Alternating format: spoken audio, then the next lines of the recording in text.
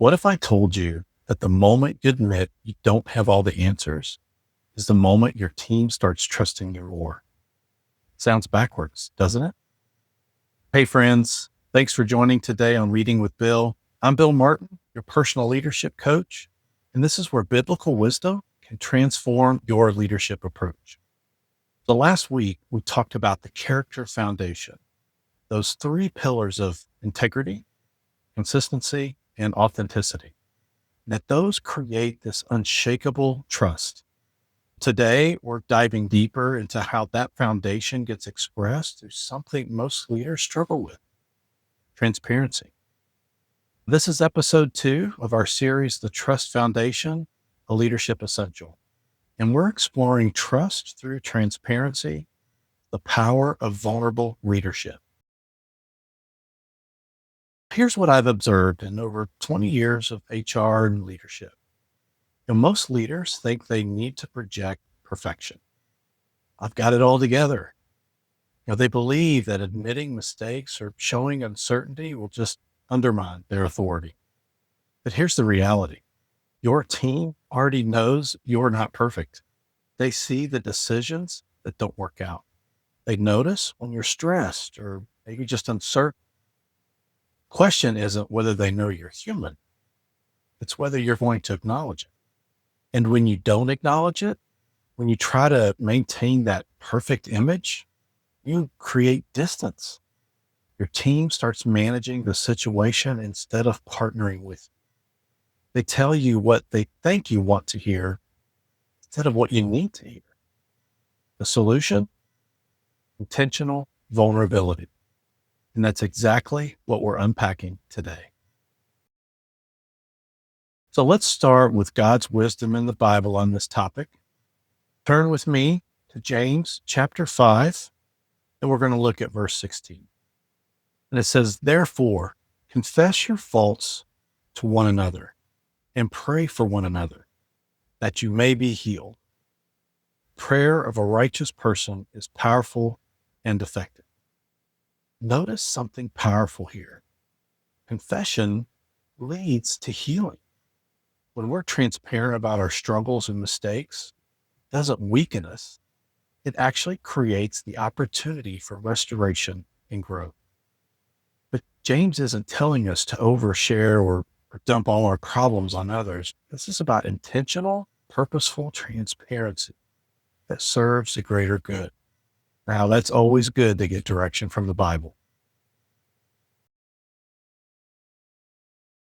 Now, here's where many leaders get confused. They think transparency is all or nothing. You either share everything or you share nothing. But that's not how it works. I want to introduce you to what I call the transparency spectrum. So picture a scale from 1 to 10. Level 1 through 3 is private matters. These are personal struggles, family issues, or confidential business information that shouldn't be shared with your team. Now, this isn't about hiding. It's about appropriate boundaries. It's okay to let your team know generally that you're dealing with a private and personal matter, but you don't need to provide all the details.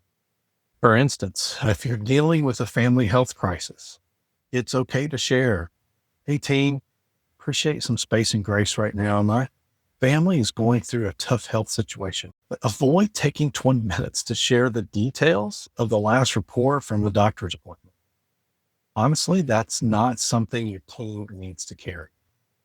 Another example, if you're privy to confidential merger discussions that could possibly impact jobs, that stays private until it's appropriate to share. Now, level 4 through 6, that middle, is intentional sharing. This is still at the individual leader level. It's at your level, and it's where the magic actually happens. So these are professional challenges, learning moments, growth areas that you have had. But when shared appropriately, they can benefit your team. An example, maybe you're struggling with a new software system, just like your team is. Right now, we're going through the technology advances with AI, and you admit, "I'm finding this challenging too, but let's figure this out together." Or Perhaps you made a decision about project priorities and those didn't work out. And you share what you learned from that experience. And at this end of the spectrum is level 7 through 10, and that's open leadership. These are broader level. These are organizational challenges, maybe team struggles, problem solving opportunities, where transparency builds trust and engagement. Now, this might look like our department has been given some expense management targets, AKA budget cuts. And I want you to know what this means and how we're going to navigate it together. Or I've noticed some gaps in our team communication, especially during busy periods. I'd like your input on how we can improve this. Now, most leaders live in levels 1 through 3, or they jump straight to 10. But the sweet spot for building trust is that intentional sharing zone of levels 4 through 6. The best leadership example of this is Jesus.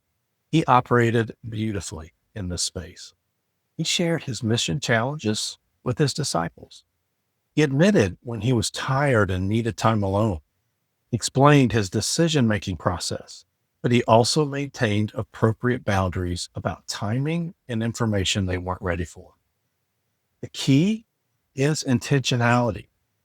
Every moment of transparency should serve a purpose, building connection, modeling growth, or strengthening the team. When you look at the transparency spectrum, which level do you typically see leaders operate in? Share in the comments below. If you're finding value in today's leadership topic, I invite you to hit like and subscribe. So how do we practice intentional vulnerability? How do we operate in those levels 4 through 6? Well, I want to give you a framework that I call open. O, own your mistakes. When something goes wrong, resist the urge to deflect or make excuses. Simply say, I made a mistake here, and I want to own that. Your team is watching how you handle failure, and it teaches them how they can handle theirs.